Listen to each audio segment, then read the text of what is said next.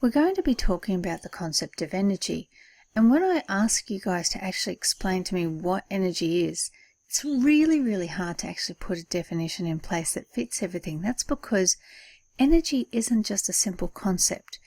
It's something that describes a phenomena that's all around us in many different forms. It looks different, it feels different, and often we don't even realize when something is happening and we're experiencing it that it's because of the energy that an object holds that we're actually experiencing a certain thing. So when you put it all down to it, energy's all around us, in what we're made of, in what's around us, it's around us when we move up and down. It's around us dependent on our height, our position. It's around us dependent on gravity, magnetism.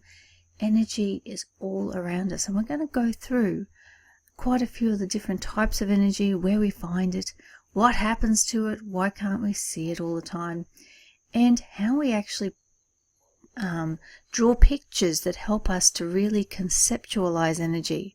Because remember, you need to conceptualize it and put it into a picture in order to understand the situation you're dealing with and make changes and improve it. That's where it comes into our experiments. Now, when you're asked to define what energy actually is, the easiest way to understand it is that energy is something that gets things done. It uses many different forms in order to do that, but the underlying thing that they all have in common is that it gets things done.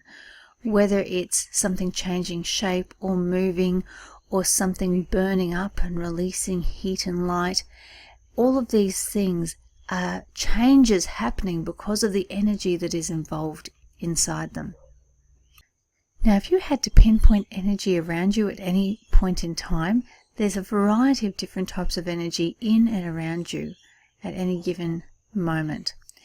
Inside you, you're made up of chemicals, and each one of those chemicals is atoms, and those atoms don't like being together, and the only way they stay together is we have these bonds, chemical bonds of energy that hold the atoms together. So inside you, you're literally glued together with energy. The only reason the atoms stay together and hold you together is because of the chemical bonds of energy that are within you.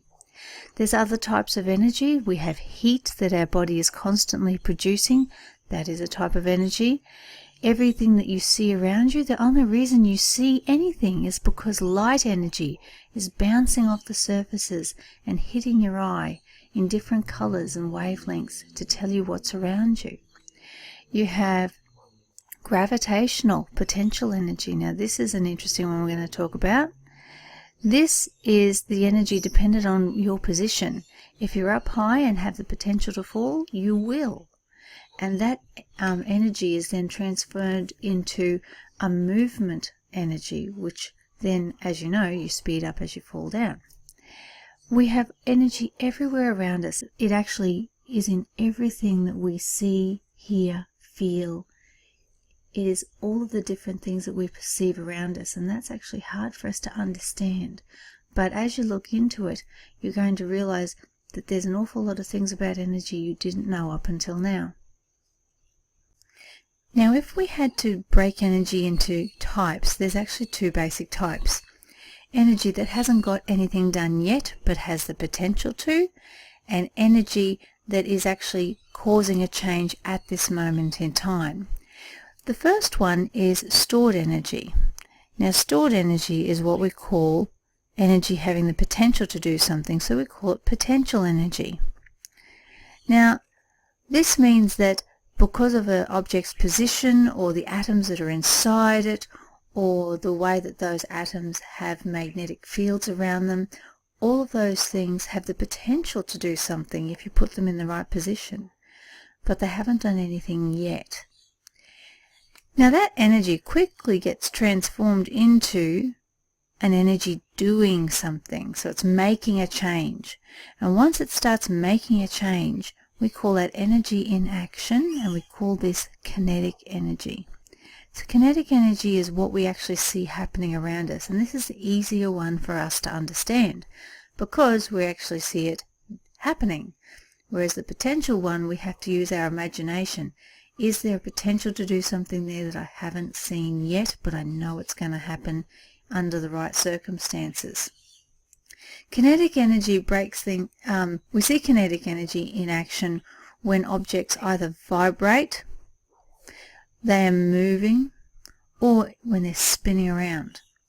And we call that kinetic energy. Now, often a lot of books will say if an object is moving, it's got kinetic energy, but they'll often forget or not mention that moving energy is a type of kinetic energy, and that vibrating energy and spinning are also types of kinetic energy. So often when you hear the term kinetic energy, they're actually talking about the kinetic energy you can see, the moving kinetic energy. Okay?